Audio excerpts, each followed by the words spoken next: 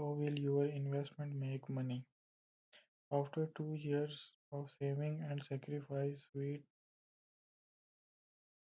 and over time you have finally accumulated enough money to begin investing outside of your retirement accounts. You have just spent the afternoon with your new broker while they went over a myriad of investment choices with you, explaining each one in detail and causing your head to swing.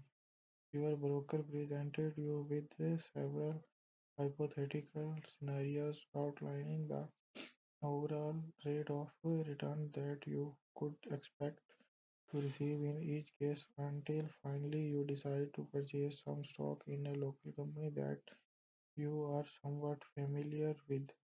But as you drive away from their office, you think, what exactly am I going to get out of this and how am I got to get it? When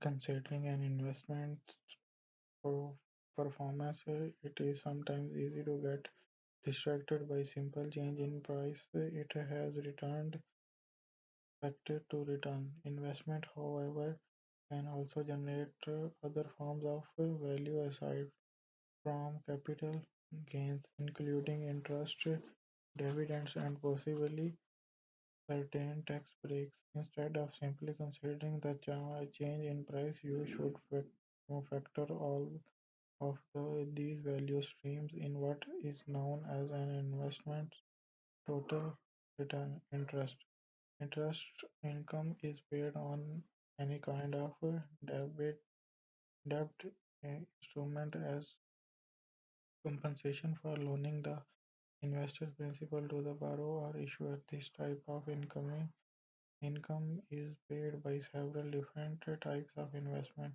listed as follows: fixed income securities such as CDs and bonds. The rate of interest is usually preset and lasts until the security matures or is called or put. Demand deposits accounts such as checking, saving, and money marketing accounts. Depositors receive interest as compensation for parking their cash in the account from the depository institution. Fixed annuity which pay a set rate of interest on a tax deferred basis until maturity. Seller financed mortgage where the seller charges an agreed upon rate of interest on the principal that is loaned to the buyer. Mutual funds that invest in the above vehicle. No form of equity pays interest of any kind. Each of these debt instruments pays a stated rate of interest. This rate is usually fixed but can be variable depending upon the terms of investment. The rates for demand deposit account usually fluctuate according to changes in interest rate, while the rates for bonds, CDs, and fixed annuity annu- annuity contracts usually stay constant until maturity.